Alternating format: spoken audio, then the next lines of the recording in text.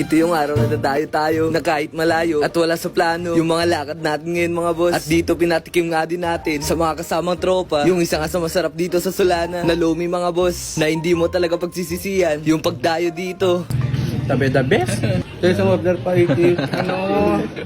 Nagkayayaan ngayong mga tropa na gumalang nga ngayon sa Solana na ang sadya nga lang sana natin dito mga boss ay yung makikiswap nga lang ng kaha nung motor ng isang kaibigan natin dito nga kila Boss Dave na nagre-repaint din ng mga kaha ng motor. At dahil paulan-ulan pa din yung panahon dito, susulitin na nga rin natin dito yung pagkakataon na ipatikim din sa mga tropa yung lomi natin dito sa Solana na saktong-sakto nga rin sa panahon ngayon na yun nga din yung hanap nila. At napadpad nga tayo dito sa may ubong Solana mga boss na kahit medyo looban na yung lugar, hindi nga nila iniinda to. Matikman nga lang din nila yung lomi nga natin dito na sa totoo lang, dito nga rin yung paborito nating lomihan pag umuwi nga tayo ng Solana mga boss. At sa pagkakataong to, may papatikim naman natin sa mga tropa yung sarap ng lomi nila dito na meron lang 40 hanggang 100 pesos yung pwede nating orderin dito. At sa tagal ko na nga rin kumakain dito mga boss, ngayon nga lang din natin nalaman na nung 2000 pa pala sila nag-open dito na yung dating pwesto nga pala nila ay dati nga daw sa Alcala na nilipat nga lang nila dito sa Solana. At syempre dahil minsan lang dumayo yung mga tropa, yung super special na nga yung in-order natin dito na yung mga toppings ay merong karahay, merong liver, calamares at merong chicken balls. Grabe!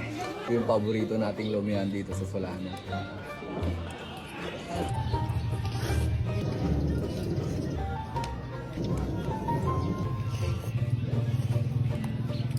Tabi the best. Ano? Tabi the best among the best. Kaya pa boss? Kaya ba? There's some order pa iti. Ano? Alitro.